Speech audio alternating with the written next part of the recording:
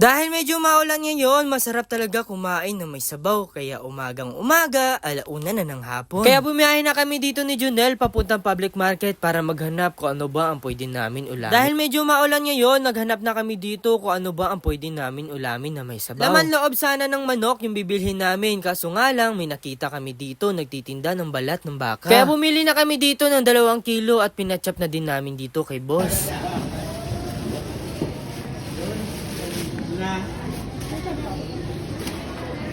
Kaya bumili muna dito si Junel na langka na isasahog namin dito mamaya. Tapos dumaan muna kami dito sa nagtitinda ng feeds.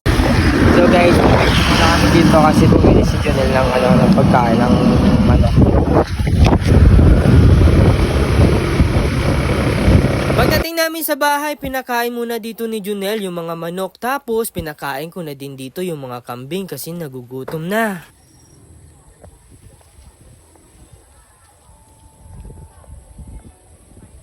Ito na pala yung nabili namin kanina ng balat ng baka. Hindi pala namin muna dito hinugasan kasi kailangan pa namin sunugin yung mga balahibo na maliliit.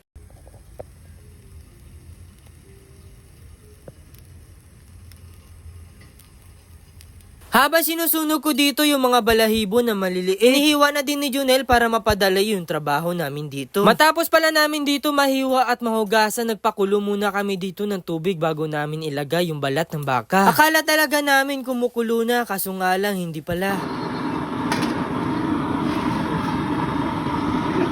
Fake news. Kaya pinakulo muna namin dito bago namin ilagay kasi nung nakaraan nagluto din kami dito, hindi namin pinakuluan. Tapos 7 oras na namin pinapalambot, hindi pa rin lumalambot kasi panay kimbot yung... Nilagyan na din namin dito ng dahon ng langka para mapabilis yung paglambot nito. Sa wakas sa 4 na oras nagpapakulo namin, lumambot na.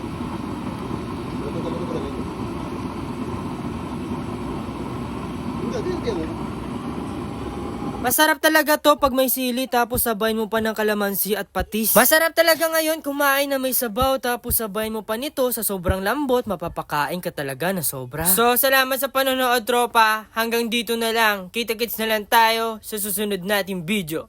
Paalam.